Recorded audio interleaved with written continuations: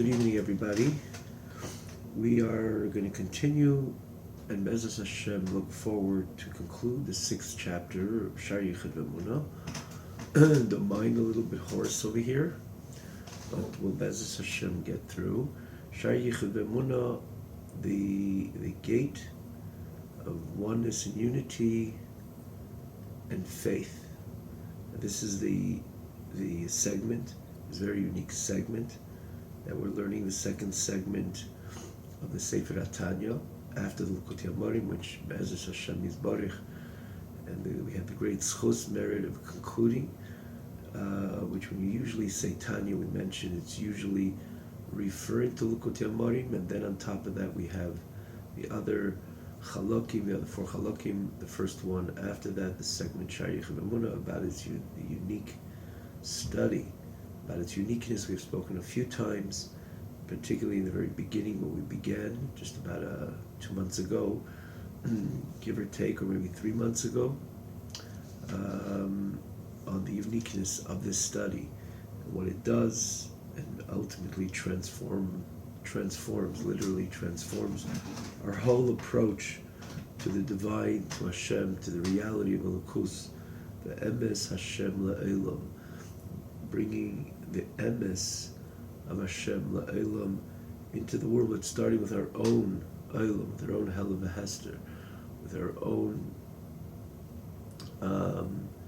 bringing the clarity. In other words, in order to bring the clarity of Elokus, of the divine reality to the world, firstly have to bring it to our own world. That in our conscious mind, we should be clear of this reality, and the sensation of Hashem Echad should penetrate our whole being, starting from our appreciation of this matter, which again is shared to us so eloquently by the Alter Rebbe with the Shar Yichud V'Emunah, literally and ultimately and so clearly and so transparently making this idea of the oneness of Hashem real. This is Shar Yichud V'Emunah is one of the best kept secrets in many ways. It's one of the best kept secrets. Every not only every yid, every human being should learn this. It changes our entire focus. It's not only just proclaiming Hashem Echad or screaming it or shuckling the Hashem Echad. It's really appreciating that oneness of HaKadosh Baruch Hu, and not necessarily one has the Shar Yichud V'Emunah right away becomes this tzaddik like Abraham, Yitzchak, Yaakov, Moshe, Aaron, David, Shlomo, or similar. It just means literally the way you are.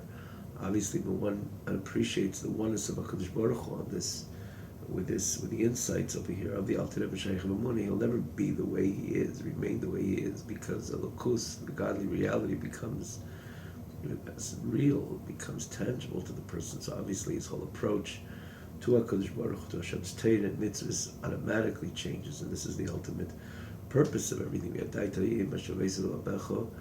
then eventually that should lead that a person becomes, perfects himself in his Avodas Hashem. And again, this is inevitable. You don't stay on the same level, but in the same token, we're not talking about becoming this tzaddik. It's a nice idea, and there's basis for it in Torah that a person is able to climb, even like Abraham Yitzchak Yaakov, famous medrash, Mosai Yagiu Maisai L'Maisai Abraham Yitzchak Yaakov.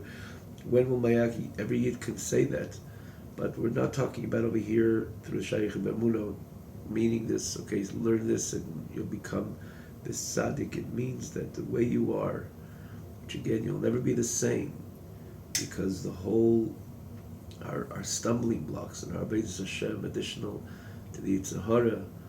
The Mishnah created the Yid with the Yetzer Hara, and he established the Yid's journey in Elam Hazabayis Yetzer Hara, which causes different obstacles, challenges, disturbances in his Avodas Hashem. But one of the obstacles in our Avodas Hashem is their balance. Do we see klal? I see the gashmias, I see the physicality of Elam, which can be enticing. But what about, is there clarity on the other side? Is there clarity on the emes, which is HaKadosh Baruch Hu?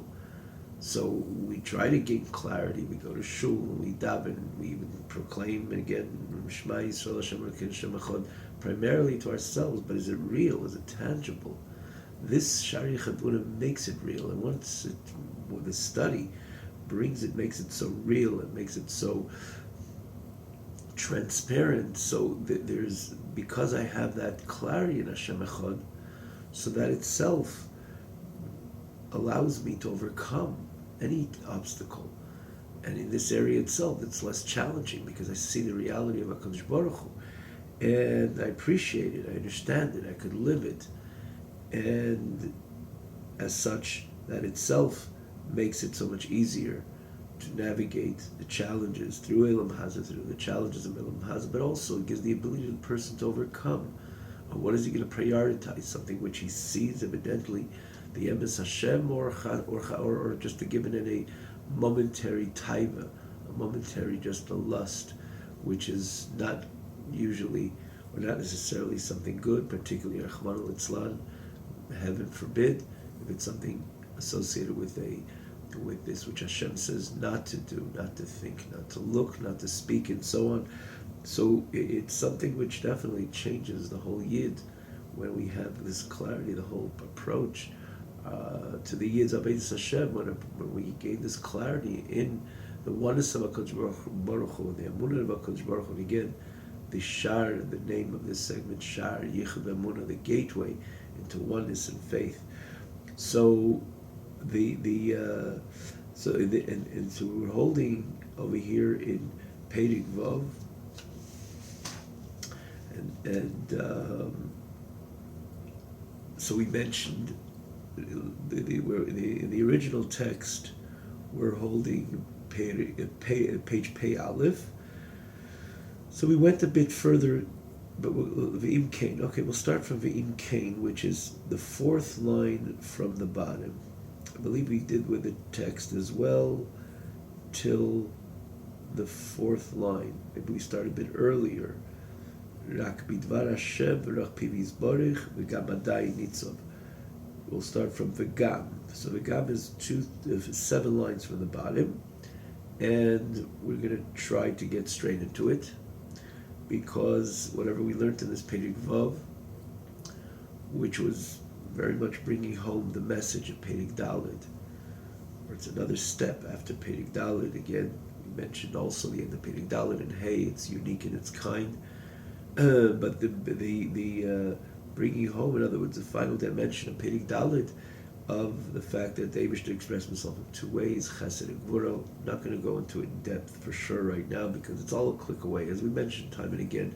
To see all this information in the previous chapters, the best, I mean, wherever you're watching it, but to also utilize the opportunity to follow these classes on the original's website, which is Tanya online, oneword.com. And the advantage is that you can see all the classes come up with a text, and you're able to follow the class easily because the text has its own scroll bar also. And in this context, all the previous classes are lined up on the left side, come up in the same fashion. So for example, what we learned in this past week, or the past few weeks on this very chapter, it's all there, literally a click away, easy to access, and the whole entire Shari Emunah, from the very beginning of this segment, also the previous Likutei Amarim, as we mentioned time and again, it's all lined up there. So in this last class as well, so just to quickly get into it, so he says that in the end of the day, it's Yadaita, Al Terebe Taichas, the positive Yadaita, Eveshavisal Lecha, Keshem Malikim Ein Eid. There's no Eid. He goes on, he explains, Eid is the Lashon Tafel, is secondary, that you can praise HaKadosh Baruch Hu with this, which is the central part of anything. In this case, for example, he gives the example of a neshama and a guf. David HaMelech says that I praise HaKadosh Baruch Hu with my neshama, and I praise HaKadosh Baruch Hu with my guf, with my body. And he uses the terminology Azal Hashem B'chayo Yazar B'Lekai Be'edi, that I praise HaKadosh Baruch Hu with my life, which is my neshama. And then again, he spoke about this, and the expressions in this pasuk. Again, just previous class or classes, click away, you could just find the text and see the corresponding part of the class. Azar Melikaya sing to HaKadosh Baruch Hu ba'edi. So literally, ba'edi means as long as I'm alive. But there's another pirush ba'edi in this which is secondary to this which is most important, which is my body. And my body is also praising HaKadosh Baruch Hu. And why is body called edi? Because the body and the neshama, despite the neshama, the soul giving function to the body, but it's not the ultimate chayis of the body. It's not the ultimate flow of vitality to the body. The body is not totally dependent on the neshama. And again, we're not talking about the godly soul over here, just the nefesh. The Eibishter infused the nefesh. In other words, the Eibishter, like the pasuk says, in the very beginning of creation, HaKadosh Baruch Hu v'atanafachta bi the Eibishter v'yipach ba'apav rather nishmas chaim. He infused into the body a neshama which is going to bring function to the neshama. Yes, the body without a neshama doesn't have any function, can't function. Rather, the eye, sophisticated eyeball, but it can't see, and the eardrum, and every part of the body doesn't function without neshama, so it becomes the ikir, while the body becomes the tafel, the oid, and also, but nonetheless, it's not totally dependent in the neshama. After a person expires after 120 years, conceptually, because we're entering into Chaim Nitzchim, the neshama parts of the body, and the body remains intact at least for a while. The body doesn't disappear because the body has its original makeup. Doesn't come from the neshama. It comes from the union of the parents and eventually the nourishment of the mother, or rather the child developing based on the nourishment of the mother, and then eventually the nursing of the mother, and eventually eating on its own. This is all to sustain the body, and that doesn't come from the neshama. When the body is healthy, the neshama fuses together with the body, so the body will function through the nefesh. And the nefesh becomes the ikir, the body becomes the tafel, the eid. But it's two separate entities from a certain perspective and point of view. When the neshama leaves the body doesn't disappear, because it has its own independent makeup.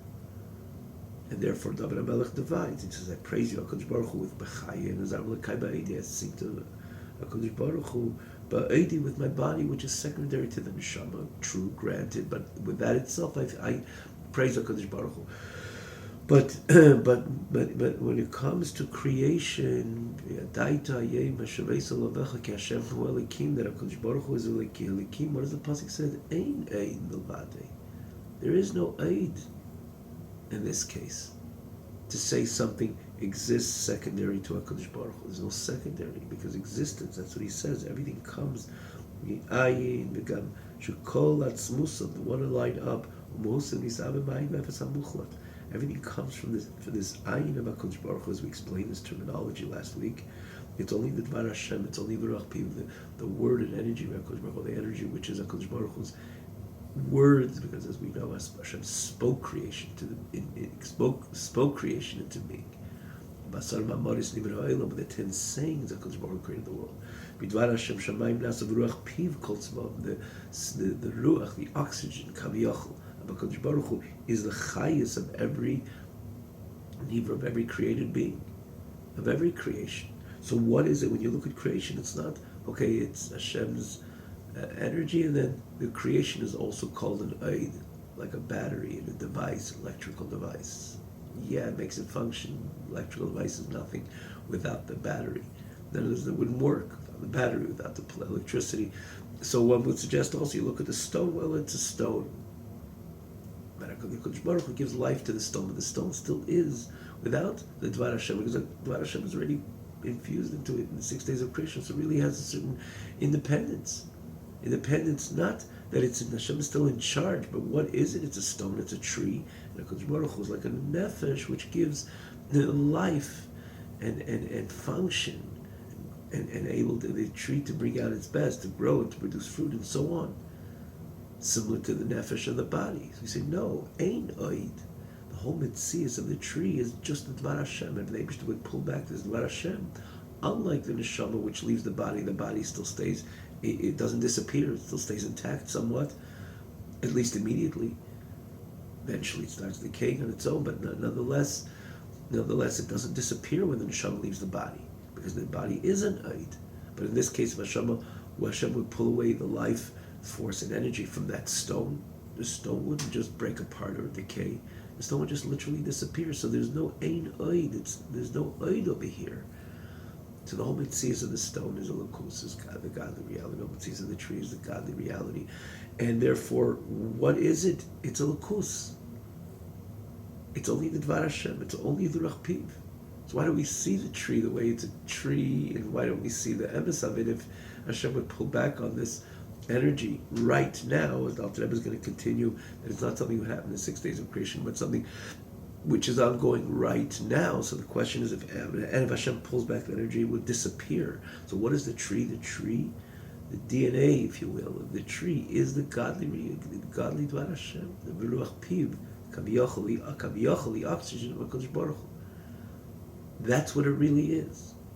So why don't we see it that way? Why do we see kind of a tangible tree and a tangible stone? That's what we explained. Again, this was the message in Perek Daled. That Hashem has a different function, Gvura, which is also part of HaKadosh Baruch Hu, which covers up over that emes. But again, because we know it's all part of HaKadosh Baruch Hu, so it's not a real tzimtzum, it's not a real concealment.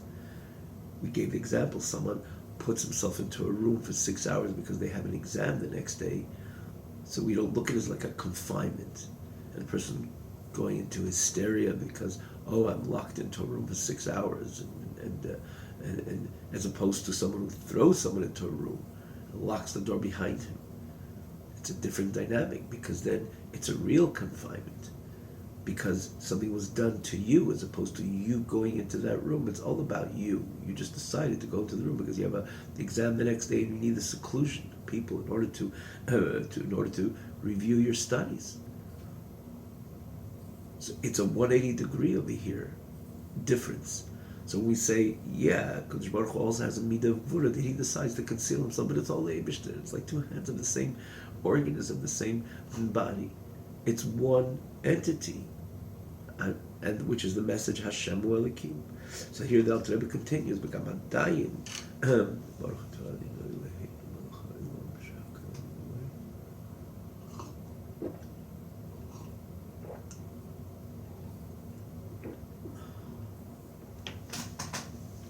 B'gamadayin Nitza Dvar Hashem Leil. It's not something in the past. Right now, the Dvar Hashem, the word of HaKadosh Baruch Hu, is what is standing within this creation, and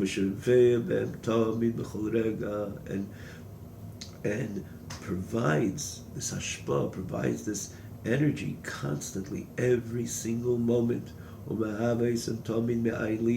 brings it into existence on a constant basis, in the manner of ex nihilo, from nothing to something.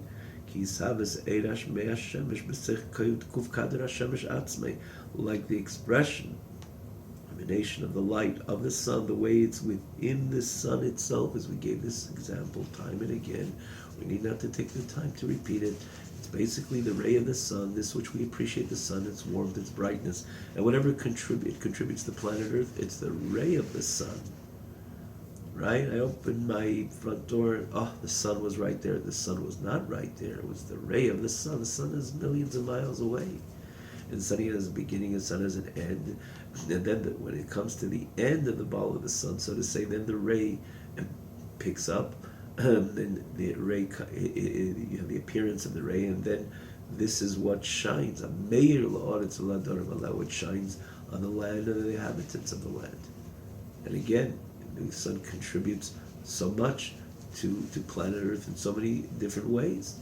But it's the ray of the sun. Now, the ray of the sun doesn't begin in essence of the end of the sun, because if it begins from the end of the sun, for sure it's within the ball of the sun. The only thing is, when it's in the ball of the sun, you don't see anything of the ray.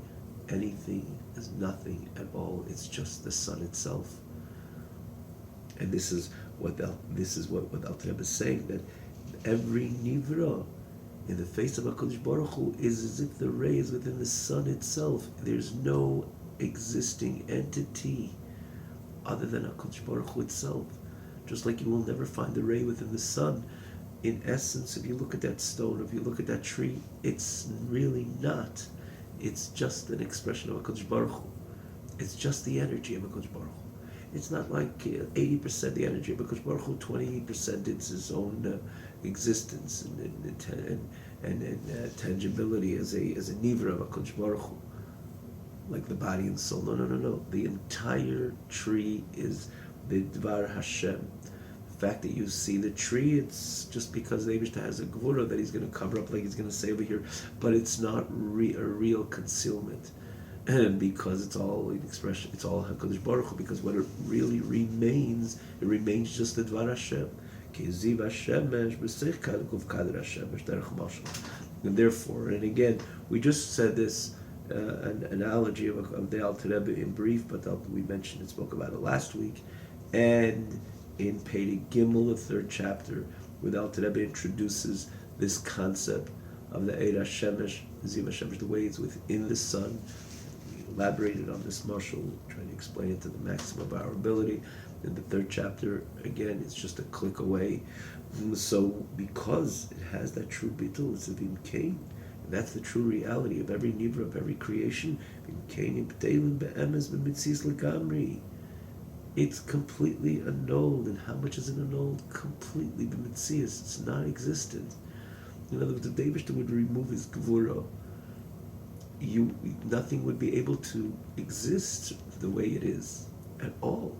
Everything would be completely annulled into the infinity of HaKadosh Baruch Hu, as we mentioned so many times. Finite, anything associated with a finite, with finitude, cannot stand in the face of infinity. So the Shem Havaya, which is the expression of the infinity of HaKadosh Baruch Hu, is the whole phenomenon of ex nihilo. It's an expression of the infinity of HaKadosh Baruch Hu, and that is the Shem Havaya, and that's the true energy of every creation. So when you have the Dvar Hashem, that flow of HaKadosh Baruch Hu within every creation, and that's the soul, its soul energy and its soul existence. So what is it? It's just a lukus. It's really not a stone. It's really not a tree, and it's really not a blade of grass, and it's not a ground, and it's not earth. It's God, and it's godliness. And that's all what it is. And the reason why we don't see it that way, because Hashem has another midah which covers over that, which is the midah of gvura, as opposed to the midah of chesed. Chesed again is the benevolence, is an expression of the infinity of HaKadosh Baruch Hu. Gvura says it's going to appear in this fashion. But what is it? It's like we mentioned the other day. It's a petty type of example, but just to appreciate. You look at the traffic lights. They ever see when they fix the traffic light, you could see that there's nothing red or green about the light. It's all three bulbs which are exactly the same. It's the white light. That is the light itself.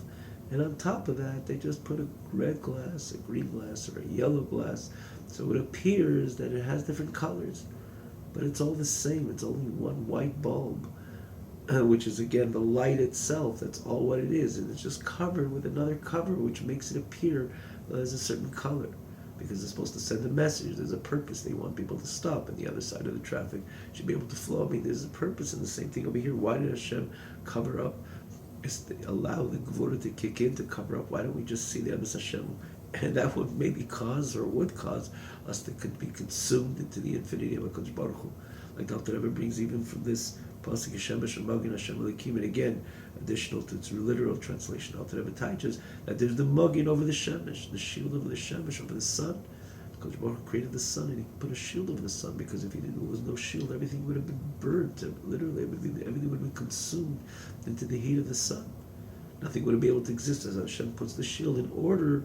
There should be a world that would be able to function, appreciate even the warmth and the brightness of the sun, but not be consumed into the sun. Because HaKadosh Baruch Hu wanted the world to exist. And so too, Hashem has a plan, like we're going to learn about Hashem in Perek Vav. We mentioned many times Hashem wanted a dira b'tachtenim, a dwelling place in this very lowly world, and it wouldn't have been a lowly world had we not had that gvura, that concealment of HaKadosh Baruch Hu.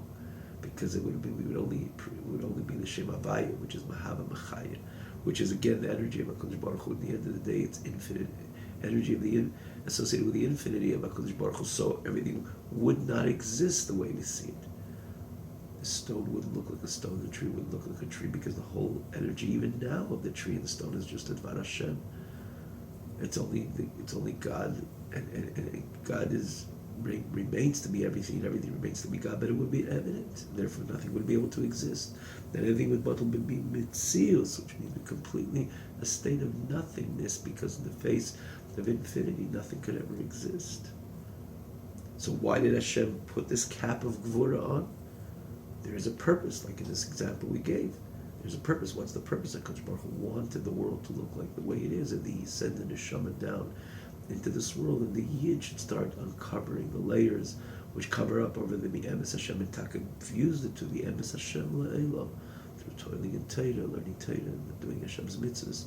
And by extension, as we mentioned, Kol Masech L'Shem Shamayim, Kol Derechecha Ba'eyu, that all man's actions, even though on their own they're not Ma'aseh Shamayim, heavenly doings, they're doings associated with the person himself, but it's l'shem for the sake of heaven. And so to Drachecho, it's not Darkei Shamayim, it's your ways, but Da'ehu, to find the godly reality in the knowledge of HaKadosh Baruch Hu in every derech, even the derech which is called Drachecho, your ways.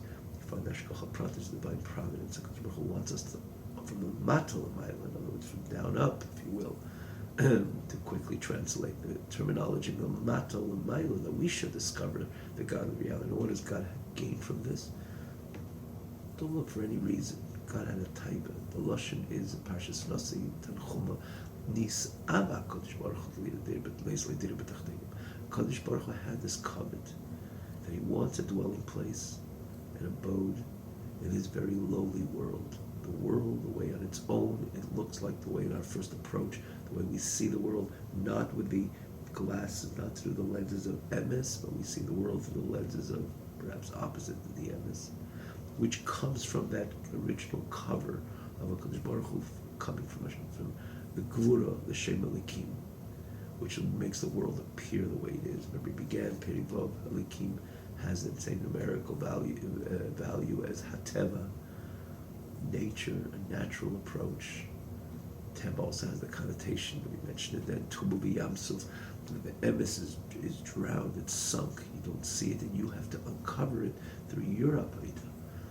And that's when Eibishter has the greatest pleasure, that this world is transformed and refined and sublimated, and namely, the emes being introduced, the emes becoming evident in this physical Eilam via the Avodah of the Yid, ultimately brings the Hashem's greatest pleasure, and this fulfills Hashem's master plan in creating this world. There's a tachtin. Tachtin means to say that the terminology tachtin, it's not a matter of floor stories. Tachtin means a world in its own does not demonstrate the oneness of HaKadosh Baruch Hu. To the contrary, it conceals, it obscures, it does everything to hide that reality, and the Yid comes through his Avodah and uncovers this emes. But uncovers the emes, and so what is it? Because what is it on the onset? It's just the emes Hashem. That's all what it is. Like we said, there's no aid, there's nothing secondary. It's not Hashem giving that stone its chayis, but the stone has a certain appearance on its own as a stone. Again, no, this is 100% Dvar Hashem, which is Mahava, which gives life and energy to the stone, to the tree, to the blade of grass, to the mountain, everything that we see in front of our eyes. So everything be'emes is batal b'mitzias.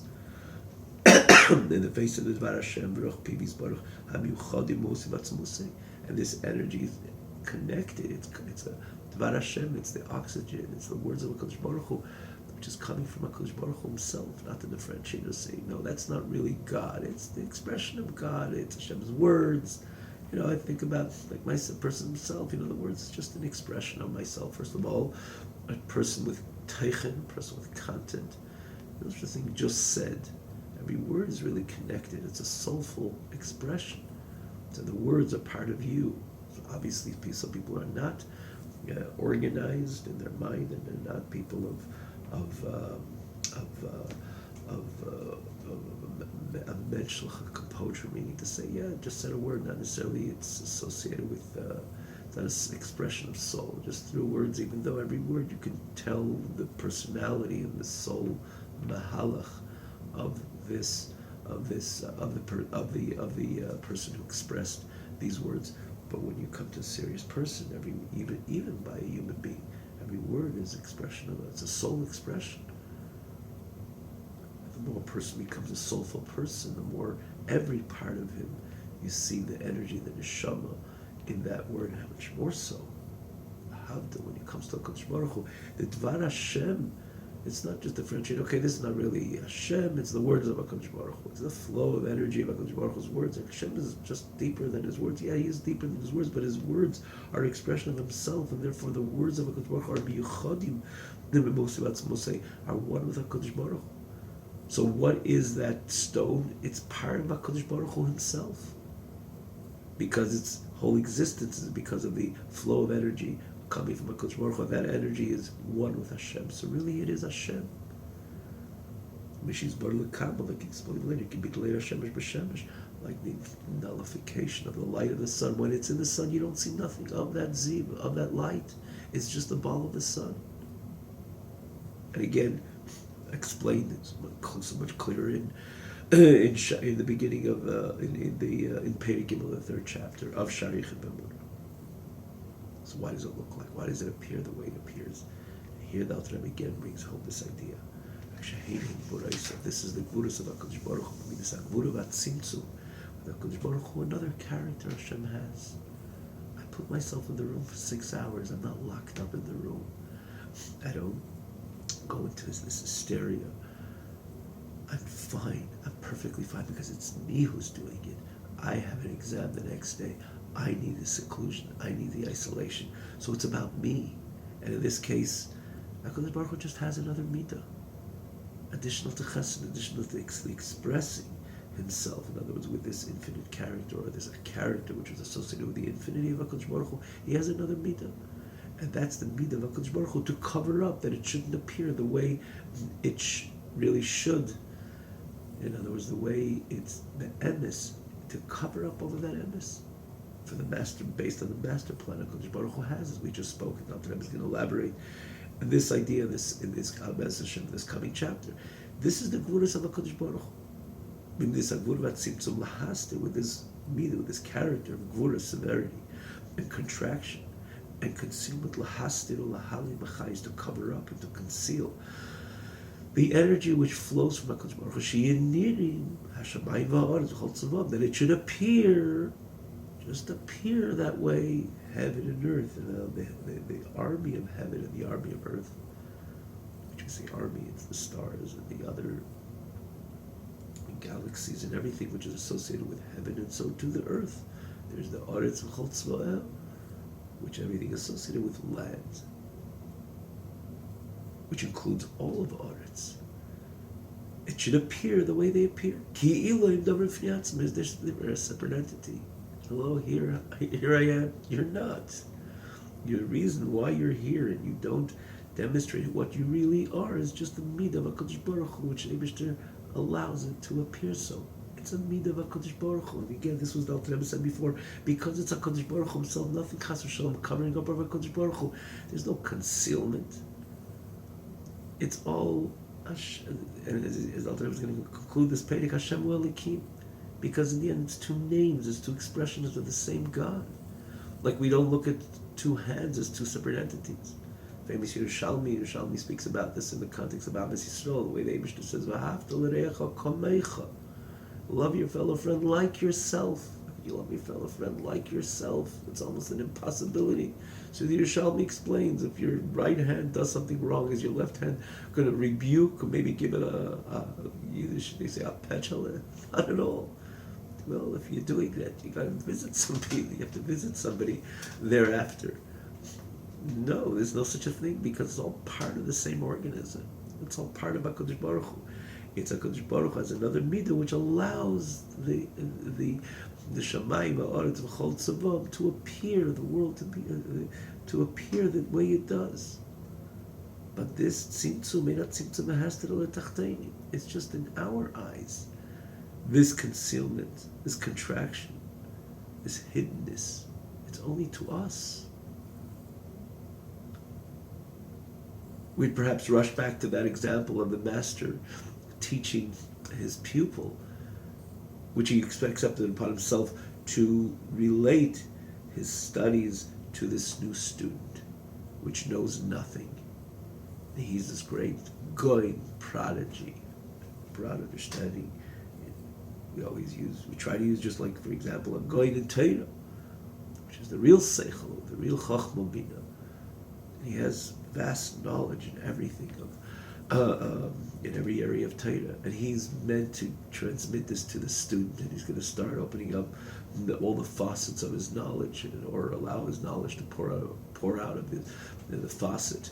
And here, Talmud, here, this is the information you have to pick up. There's no starting point. He doesn't know what he's talking about. So what does he have to do in order to establish that in other words, to share this information, and eventually that the Talmud should not only pick up partially of his chachma, of the wisdom of the teacher, but over the years to try to gain the true chachma of his teacher, the knowledge and the information, which again, eventually the Gemara says it could take 40 years.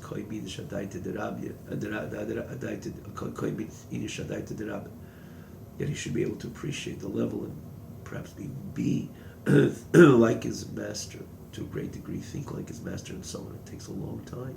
And the starting point is not he divulges, starts divulging. Okay, let's go. Let's take the fast lane. We'll do it in 20 years. We'll do it in 2 years. It's not going to work. You got to really teaspoon. You got to put all that on the side and start very slowly, very gradually. And when the child or this pupil, and it doesn't matter, it's not a matter of age, it's a matter of stage. In the very beginning, when he starts hearing his master explaining him this idea, that idea, and many times the masters to use a parable, like a story, beginning, we mentioned this in the past also, that a true teacher many times puts these deep concepts into an example, parables and metaphors, again, because he wants to transmit the information. If he's going to transmit it the way it is, he doesn't feel that the pupil will have that clarity in this information. So he wisely, brilliantly, as it says, Chassidus, precisely the great chacham, the wiser the person is, the way he's able, the more he has the ability to put these concepts into metaphors and make it a metaphor which should be commensurate to the message. It says in a number of places, Chassidus, that one would say it's the opposite. Oh, he just knows how to do good, to present good mishalim, good analogies, metaphors, examples,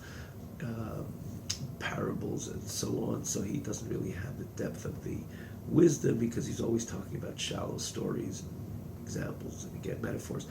The Alter Rebbe explains the famous line of Kotitis is the opposite. It says Mishle Shem Shlemer, Rameir had Mishalim over Mishalim, because the concepts were deep, and namely he had his mind wrapped around the concepts, so he was able so easily to put it into different metaphors. That's the point of the pride of Shleima Melech Chacham Kol Adam Mishle Shleima. But again, not to go into that over here, but back to this, which were this example. So the Rav, the master, when he puts it into different metaphors. So initially the child or the pupil, at any age, namely he's a beginner, he thinks this man is a beautiful storyteller, but he's not a storyteller. He's a goyin, he's a genius in every area of Torah. He's not a storyteller. But to the recipient, it looks like it's a story, because there's a master plan that we got a teaspoon to this recipient, because I'm just going to divulge all my knowledge to him or her. There won't be a starting point. There would be a bittul b'mitzias, somewhat. In other words, they would lose themselves. They would not be able to begin. They would sit there 40 years, 400 years. They'll be in the same spot, basically. So you have to condense this knowledge. He has to condense this knowledge and teaspoon it for real, step by step, point by point, even though in order there should be that connection of the pupil to the study, to the knowledge, and slowly but surely the pupil elevates himself, picks himself up to one level after the other, and again, after 40 years,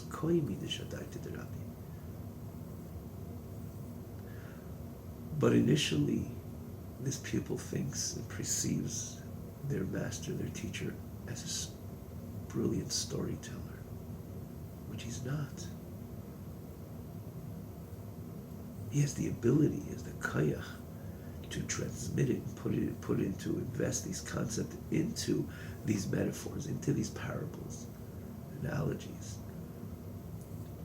But behind there's great knowledge, as we mentioned. Even when he's saying, when he's expressing, or he's relating that metaphor, he's already appreciating the entire knowledge. I gave the example, the Medrash says, when the Medrash wants to convey the relationship of Am Yisrael with HaKadosh Baruch Hu, there was a king, and he had a people, and the king had a good friend. When the master, for example, is giving him that mashal, when he says the word king, he's at the onset referring to HaKadosh Baruch Hu. When he said the king had a good friend, the onset, when he's saying the mashal, is referring to Moshe Rabbeinu in his mind, but the recipient has to hear a different story, and eventually he can explain it. This king is referring to HaKadosh Baruch Hu, and so on and so forth. Because in the master's mind, there is no concealment. He became a teacher because it's something that he wants to do in order for the objective to introduce Torah to this pupil, to this student. And if he doesn't condense his knowledge, if he doesn't contract his knowledge, there wouldn't be a starting point. So he has a plan, he has an objective, he has a goal in order to establish, to bring a new Talmud into the fold of Torah. But it's a strategy from the Rav, not because he himself, when he becomes a teacher, he truly loses all that knowledge. He remains the same guy, say, as in the moments that he's teaching the child or this pupil, even though he perceives him as a beautiful storyteller. That's the mata l'mayla, because he has to put on those cover-ups of gvura. He has to express his own gvura in order to ultimately that chesed should come through in a proper manner, meaning to say that the Talmud should ultimately gain all that knowledge, truly gain all that knowledge, and to have a clarity, true clarity, and a true appreciation of all that knowledge. So in the beginning he has to condense it, he has to contract it. But that contraction, is it a real contraction? Because I became a master to this student, and therefore I lost all my knowledge? I truly became a storyteller? No. In the eyes of the recipient, it looks that way. But nothing of that is really true. It's the same person, from my perspective, as the expression l'mayla lamata. There is no tzimtzum, there's no concealment, there's no contraction. It's l'tachtein.